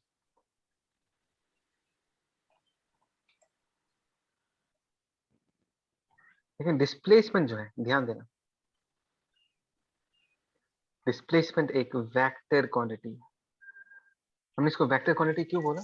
Because पहली बात तो एक स्ट्रेट लाइन है, और स्ट्रेट लाइन मतलब एक यूनिक डायरेक्शन होगा, और इसका डायरेक्शन क्या होगा? It will always be from initial, जनता सुनो, टू फाइनल पॉइंट। इसका डायरेक्शन जो होगा that is always from initial to final point. इस कहानी में school is the initial point, है ना, और घर जो है that is the final point, and this is the direction of the vector. ये हो गया वेक्टर का direction from initial to final. Is that clear? जनता Yes, sir. जवाब दो। Is that clear? Yes, sir. Yes, sir. अच्छा, एक छोटा सा एग्जांपल लेते हैं। ये तुमको एक ब्लैक कलर का रास्ता दिख रहा है, ये वाला रास्ता। जैसे से इधर 4 मीटर, फिर इधर 2 मीटर, फिर 4 मीटर, फिर 2 मीटर। सोचो मैं इस रूट में चल रहा हूँ। पहले मैं यहाँ से यहाँ तक जाता हूँ, नाम दे देता हूँ। जैसे ए टू बी जाता हूँ 4 मीटर, बी टू सी जाता हूँ 2 मीटर, सी टू डी जाता हूँ 4 मीटर, फिर डी टू ए जाता हूँ। मतलब I come back, in this case I come back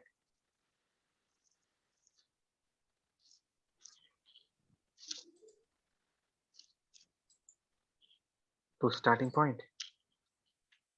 सुना दिया मैंने क्या लिखा? I come back to the starting point, right? Yes, sir.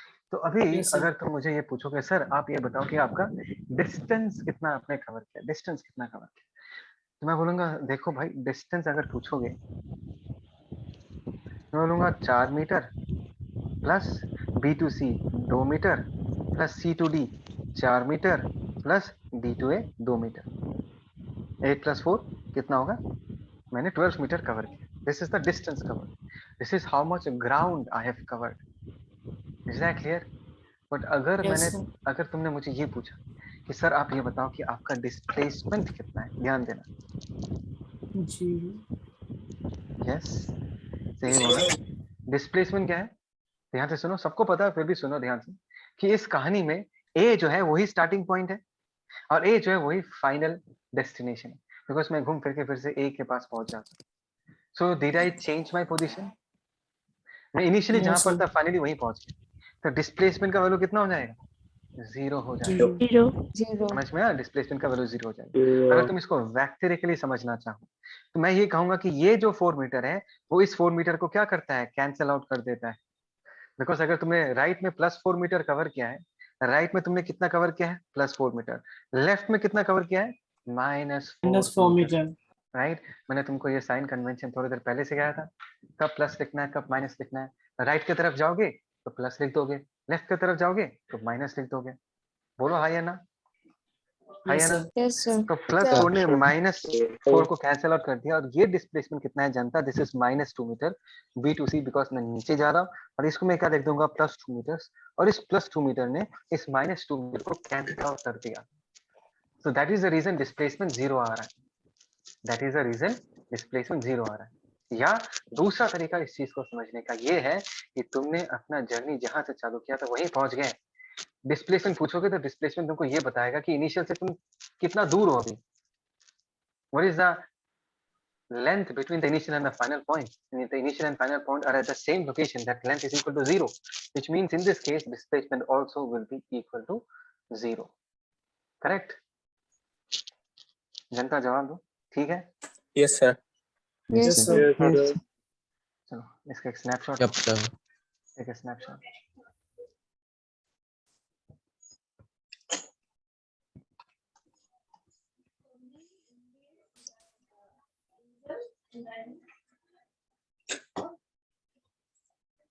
Done, sir. So done.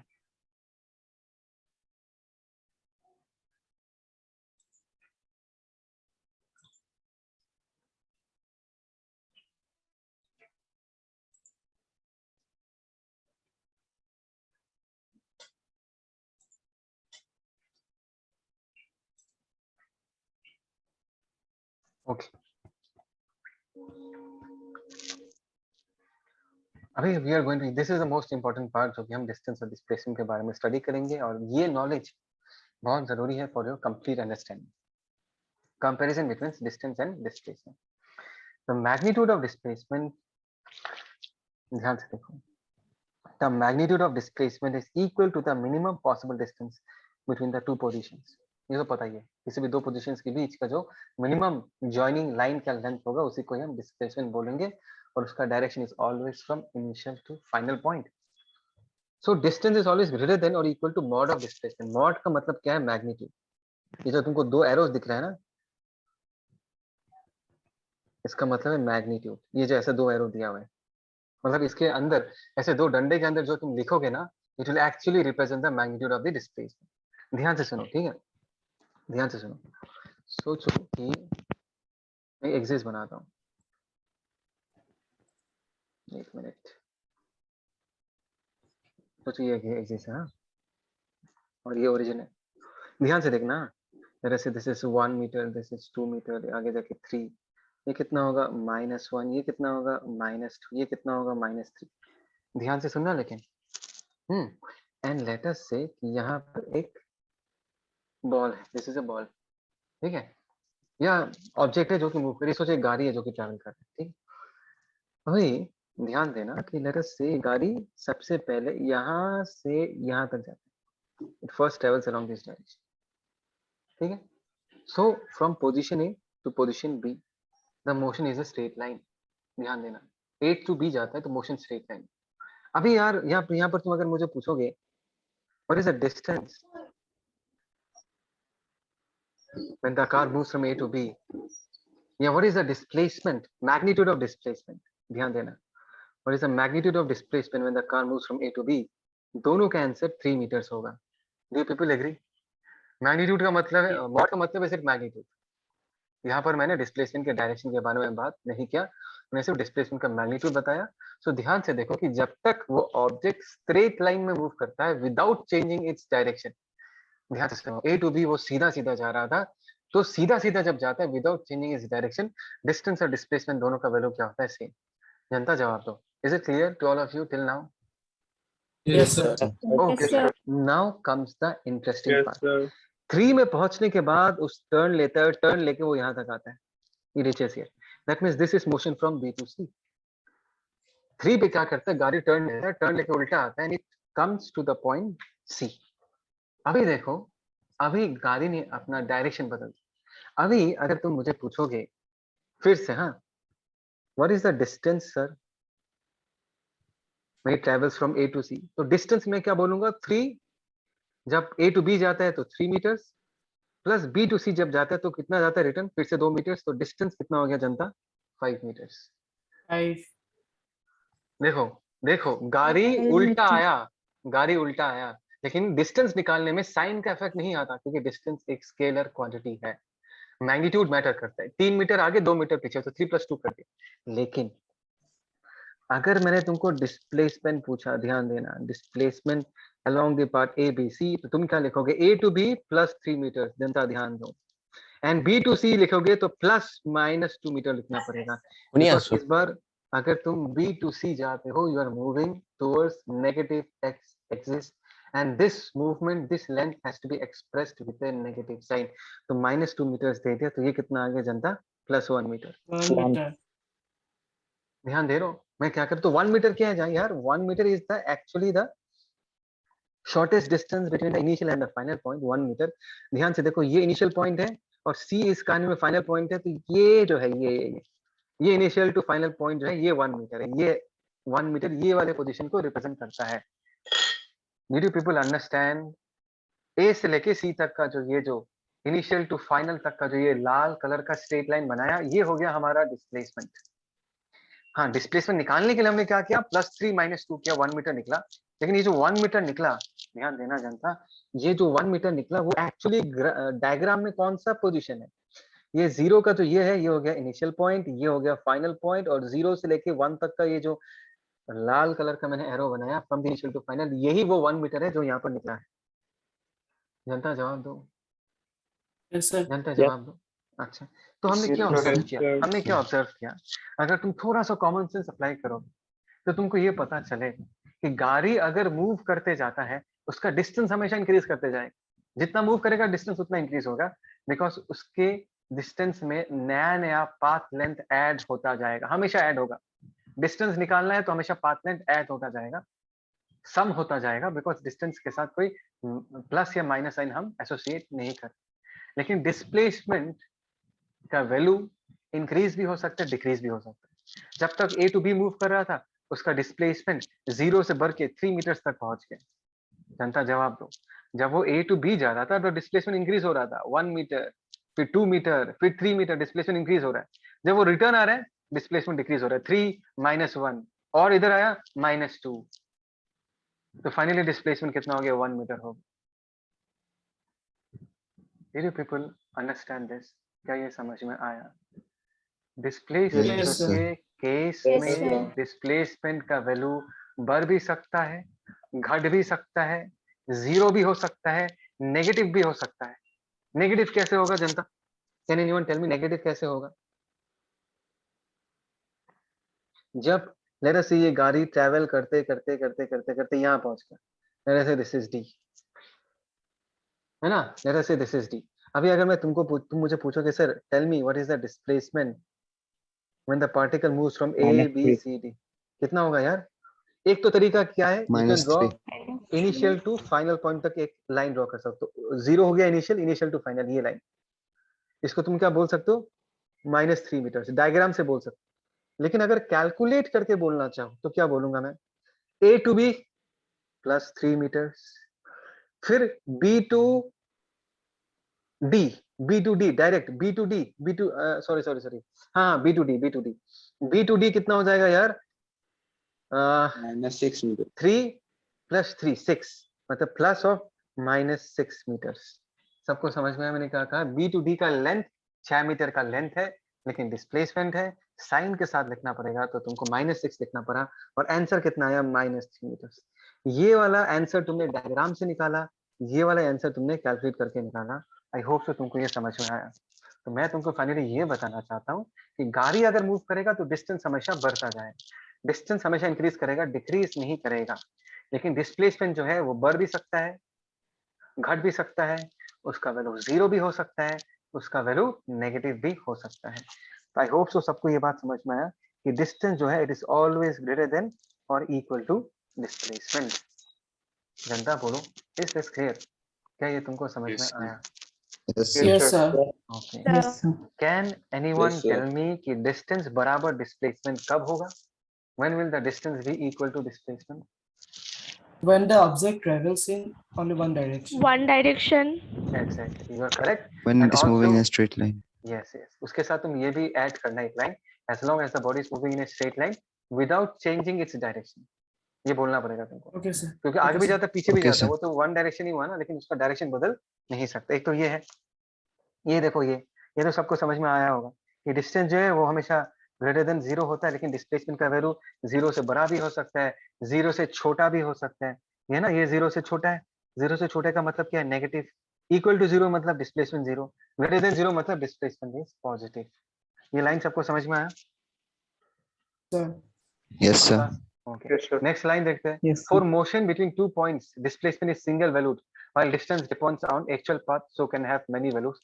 मैं समझा देता हूँ, लोड मत लो, मैं पिछले वाले डायग्राम में जाना चाहता हूँ। यहाँ देखो, अभी अगर ये तुम्हारा इनिशियल पॉइंट है, ये तुम्हारा फाइनल पॉइंट है, तो डिस्प्लेसमेंट तो हमेशा यही होगा, this will be the displacement.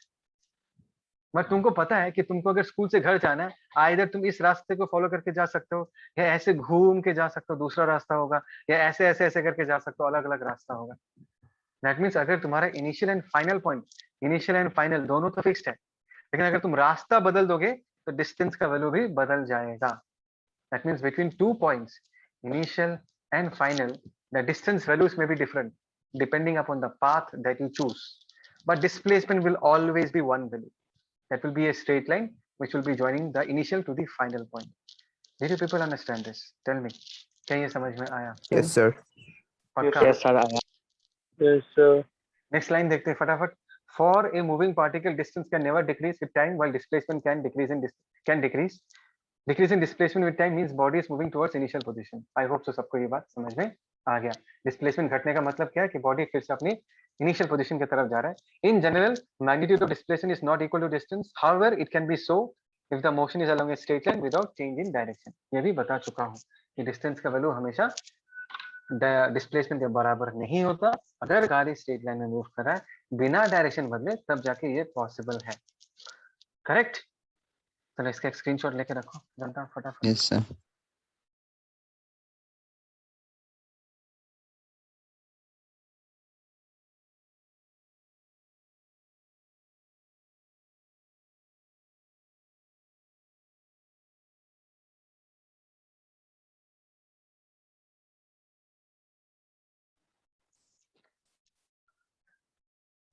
इसका जवाब दो फटाफट एवरीवन, सिर्फ 1 मिनट है तुम्हारे पास। What is the displacement and distance traveled by the skier during this 3 minutes? कितना डिस्टेंस कितना डिस्प्लेसमेंट बता रहे हैं?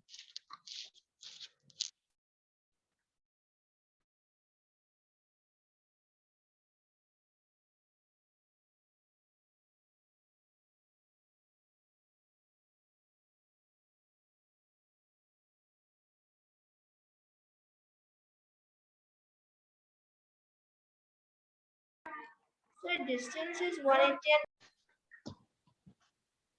Okay, fine. So इसका एक फोटो खींच लो, ठीक है, photo auto this. Yes, sir. अभी ये क्वेश्चन करके देखो, नेक्स्ट दिस क्वेश्चन। एक टाइम आता है।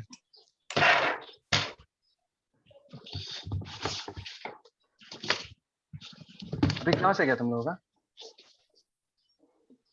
Yes, sir. No, sir. No, sir. No, sir. Chemistry का है बोला तुम लोगों ने? Sir, yes, Chemistry. chemistry. Chemistry class. किसका The किसका? chemistry from 6 o'clock, sir. Six. Chemistry will be at 6 o'clock. 6 कल किसी ने ग्रुप में लिखा 11 बजे से है everyday. Yes, sir. It's Sir, yesterday in the class he said, sir, he will take it 6 o'clock. Okay that's great. तो ये क्वेश्चन करके बताओ मुझे, ये वाला question. The answer 25. Yes answer in this case is not 20। So is the answer 25? 25, sir. 25, sir. कैसे कैसे भाई कैसे? डिस्प्लेसमेंट पूछा गया, 25 कैसे Sir, निकालना? 22.5. या एग्जैक्टली द आंसर इज 22.5। मतलब जल्दबाजी नहीं यार, जल्दबाजी नहीं, आराम से करो। देखो लेट अस से दिस इज एक्सिस बना लेते हैं फटाफट, ठीक है ना। सो लेट अस से ये हो गया नॉर्थ, ये हो गया साउथ, ये हो गया ईस्ट, ये हो गया वेस्ट, ठीक है। A man goes 10 meters towards north, ध्यान से सुनना। A man goes 10 meters towards north, इधर जाता है 10 मीटर इधर। तरीका 1 मिनट, हाँ ध्यान दो। हो गया? ये कितना हो गया जनता? This is 10 meters 10 towards north, meters. है ना। 10 meters towards north, उसके बाद then 20 meters towards east, then 20 meters towards east, मतलब यहाँ से फिर 20 meters towards east, ऐसा ईस्ट की तरफ 20 meters। जनता जवाब दो, हाँ या ना, हाँ या ना। Yes, sir. Yes, sir. Yes, sir. सो क्या मैं इस जगह को इनिशियल पॉइंट बुला सकता हूँ और क्या मैं इस जगह को फाइनल पॉइंट बुला सकता हूँ? तुमको डिस्प्लेसमेंट पूछा है, what is Yes, sir. Displacement? It is the length of the line which is Yes, sir. Joining the initial to the final point. यहाँ से लेके यहाँ तक का जो ये लाइन है, this will be your displacement. Arrow ऐसा दे सकता हूँ, this will be your displacement. And if you see, ये एक राइट एंगल ट्रायंगल बन रहा है। सबको राइट एंगल ट्रायंगल दिख रहा है people? Yes, sir. Yes, sir. Oh Yes, sir. A Yes, sir. Right angle triangle का डिस्प्लेसमेंट जो ब्लैक कलर का लाइन है, दैट इज द हाइपोटेन्यूज। तो हाइपोटेन्यूज का लेंथ कितना होगा? Root over of perpendicular square बस प्लस बेस स्क्वायर, मतलब 10 square plus 20 square. 10 square plus 20 square. इसको अगर सॉल्व करोगे तो तुमको मिलेगा 22.5 मीटर्स। Very very simple. तुम लोग को 25 कैसे मिला यार, वो मुझे समझाओ कोई, तब मुझे पता चलेगा क्या Sir, मिस्टेक किया तुम लोगों ने। no, sir, I got root over 600. I made a mistake. It should be 500. Okay okay okay fine then people, समझ में आ गया ये? Sir. हाँ Sir. Yes, हाँ। sir. Yes, sir. Sir, it will be 22.3 something. मतलब 10 रूट 5 आएगा इसको solve करने के बाद, ठीक है। 10 रूट 5 करने के बाद एक बार चेक कर लेना, ठीक है। मैंने कैलकुलेट नहीं किया है, Okay. उन्हें ऐसे लिखा है, एक बार क्रॉस चेक कर लेना। The answer in the form has to be 10 root 5, ठीक है। इसका स्क्रीनशॉट ले लो, Yes, आगे sir. बढ़ते हैं। अच्छा ये एरो साइन सबको समझ में आया या नहीं? Arrow always from initial Yes, sir. I guess. To final, Yes, गलती yes, नहीं sir. करना लेकिन इनिशियल टू फाइनल होगा, ठीक है। Okay take a screenshot, take a screenshot. हो गया? Yes, sir. अभी ये वाला ये ट्रायंगल The displacement. डिस्प्ले, ध्यान देना। यहाँ पर ये जो पॉइंट है इस जमीन के साथ कांटेक्ट में है। तुमको ये बोला है the displacement of the point of the wheel initially in contact with the ground when the wheel rotates forward half a revolution, आधा रिवॉल्यूशन गोल घूमेगा। रिवॉल्यूशन गोल घूमेगा तो व्हील पॉइंट ऊपर नहीं आ जाएगा, आधा रिवॉल्यूशन गोल घूमेगा। One Yes, sir. Half a revolution, चक्का है, चक्का चक्का जो है वो गोल घूम रहा है ऐसा, जब ऐसा गोल घूमेगा वो आगे भी जाएगा। इन सब चीजों को समझो, try to understand this thing.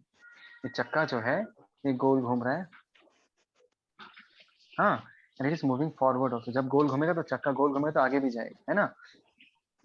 तो बोला है बाय द टाइम दिस चक्का does half a revolution, displacement of the point P of the wheel, मतलब ये वाला पॉइंट जो कि जमीन के साथ कांटेक्ट में है, इसका डिस्प्लेसमेंट कितना होगा वो पूछा गया है। चलो, I am waiting, give me an answer. Sir, twice, sir. Twice, sir. Sir, R root 4 pi square. r root 4 pi square.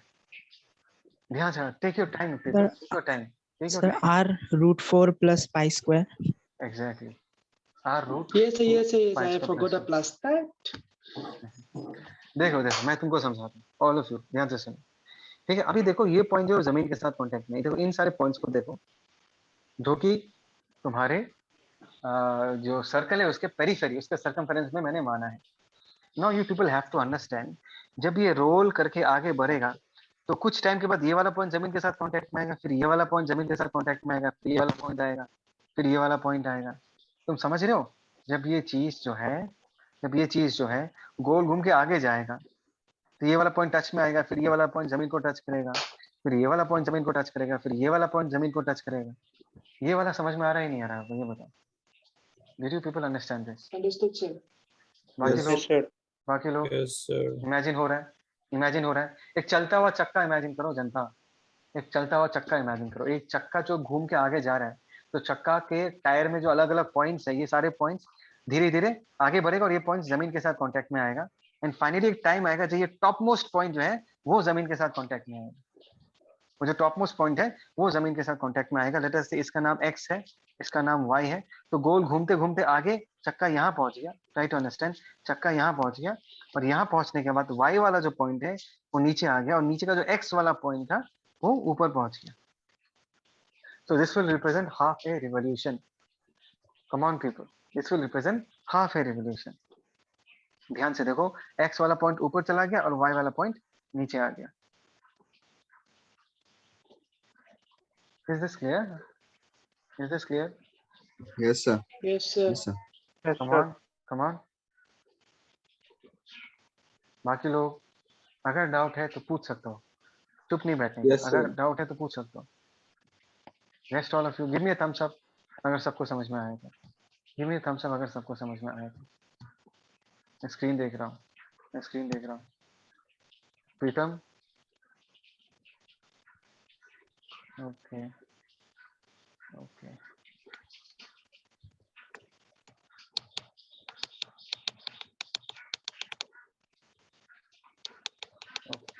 Okay fine. अभी देखो, जस्ट ट्राई टू इमेजिन जनता, इस बात को समझने का कोशिश करो। जस्ट इमेजिन, ये जो पिंक कलर का तुमको डॉट्स दिख रहा है, सोचो ये कलर है और जब ये रोल करेगा ना तो ये जो कलर है टायर में वो जमीन पे लग जाएगा। तो अगर आधा रिवोल्यूशन होता है, half a revolution, can you tell me the length of this portion जो कि पिंक कलर हो जाएगा? कितना लेंथ होगा इस पिंक कलर का? इस लेंथ का कलर पायर कैसे होगा? क्या मुझे कोई समझा Sir, सकता half है? the circumference. Yes, Half the exactly. circumference. Exactly, because ये Half जो the लेंथ, circum. ये टायर का ये वाला पोर्शन जो है वो जमीन के साथ कांटेक्ट में आएगा। समझ में आया? टायर का जो ये वाला पोर्शन है वो जमीन के साथ कांटेक्ट में आएगा, वो जमीन पे कलर छोड़ देगा। तो this length is nothing but half the circumference. तो ये जो लेंथ है दैट इज द रीजन यहाँ पर कितना लिखा हुआ है, पाई आर, एंड ये हाइट कितना हो गया, 2r। डिस्प्लेसमेंट क्या है ध्यान देना, this is our initial point x का, दिस इज x, हाँ, this is initial point, this is final point. तो डिस्प्लेसमेंट ये डॉटेड लाइन होगा, दिस इज द डिस्प्लेसमेंट। इसके बारे में पूछा गया है, ठीक है जनता? ठीक है, this is displacement, Yes. This is the hypotenuse, If this is the hypotenuse, तो हमने क्या सीखा है? Hypotenuse is equal to what? Base square plus perpendicular square. ये base हो गया, base का वैल्यू कितना होगा? Pi r the whole square plus perpendicular मतलब ये length perpendicular है जिसका वैल्यू है twice r. Twice r is the radius. Sorry, twice r is the diameter. तो twice r the whole square. तो इसका आंसर अगर हम देखें, आंसर आएगा r root over of pi square plus 4 आ जाएगा. बोलो ये समझ में आया नहीं आया? Is this clear? Yes, sir. Is this clear? Yes, sir. Okay, चलो इसका एक Yes, स्क्रीनशॉट sir. लो. इसका एक screenshot low. Come on, paper.